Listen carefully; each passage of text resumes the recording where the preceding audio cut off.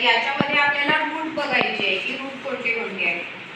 बघा आता आपण पहिलं जे बघितलं, आता हा हे झाड आहे, तर याच्यामध्ये ह्या ज्या रूट्सचा प्रकार आहे, ह्या रूट्सचा प्रकार कोणता आहे?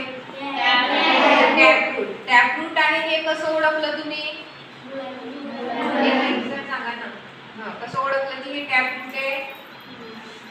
सांग कोणी म्हटलं?